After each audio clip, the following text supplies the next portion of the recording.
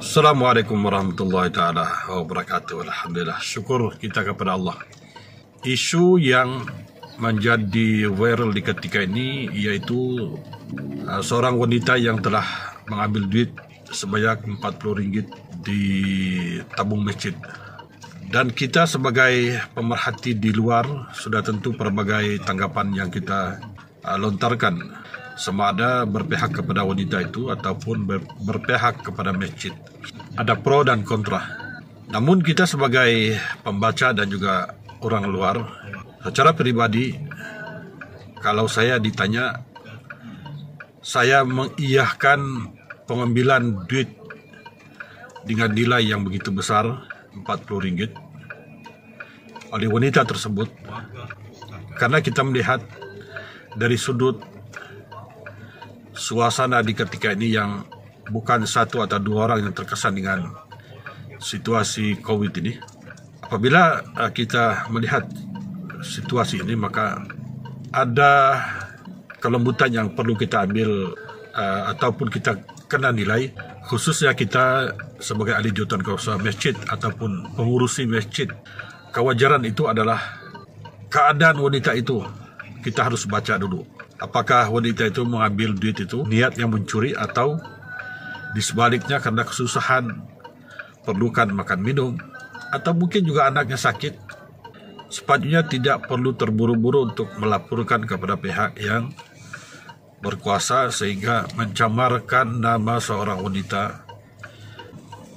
Ini juga boleh kita sebut sebagai tarbiyah ataupun pengajaran kepada masjid, di mana mungkin saja selama ini kita tidak mengambil perhatian kepada karya kita, jemaah kita, penduduk di sekitar karya masjid kita. Kalau kita lihat, masjid ini satu-satunya institusi atau badan yang kalaupun kita belanjakan duit beribu-ribu sekalipun, kita belum pernah lagi mendengar masjid itu bakal ditutup operasinya karena bankrupt, ketiadaan duit. Kita yakin dan percaya institusi yang pada setiap minggu kita memperoleh sumbangan daripada orang ramai.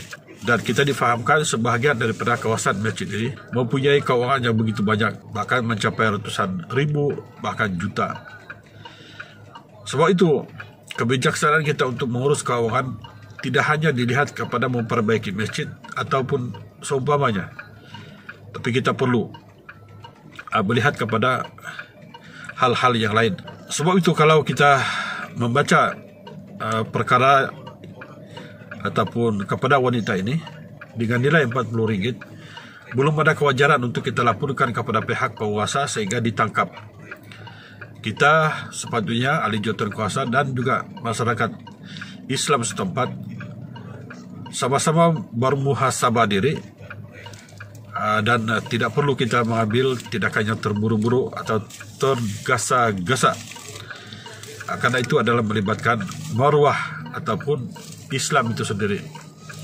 Apa kata kalau wanita itu mempersoalkan atau bertanyakan kepada kita, saya melakukan ini karena saya tidak diambil peduli oleh pihak umat Islam, khususnya masjid, yang mana keuangan masjid itu akan dipertikai.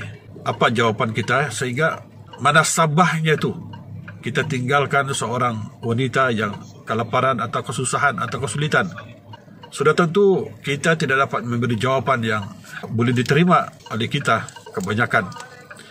Maka dengan itu, mudah-mudahan kisah ini memberi insaf kepada kita, khususnya kepada masjid, agar duit yang kita peroleh daripada sumbangan orang ramai setiap Jumaat difikirkan secara melebar lagi, tidak hanya ditumpukan kepada memperbaiki masjid dan sebagainya atau menaik taraf sehingga kita mendapat keselesaan, tapi kita kena juga fikir bahawa di sekeliling kita ini perlu kita cari mereka-mereka yang sedang dalam kesusahan, apalagi di ketika ini COVID sedang mengganas.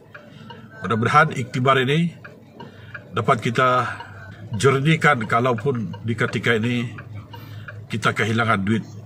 Nilai Rp40 memang besar, tapi nilai seorang wanita yang kita dedahkan sedemikian lebih besar. Mudah-mudahan selepas daripada ini masjid-masjid yang besar yang mempunyai pendapatan memikirkan soal kebajikan, khususnya di lingkungan para jemaah ataupun umat Islam khususnya mengagihkan duit itu. Sebagian daripada duit itu dikhususkan kepada para musafir misalnya, dikhususkan kepada fakir dan miskin, saudara baru, yang mana setiap pendapatan mingguan itu tadi diagih-agihkan.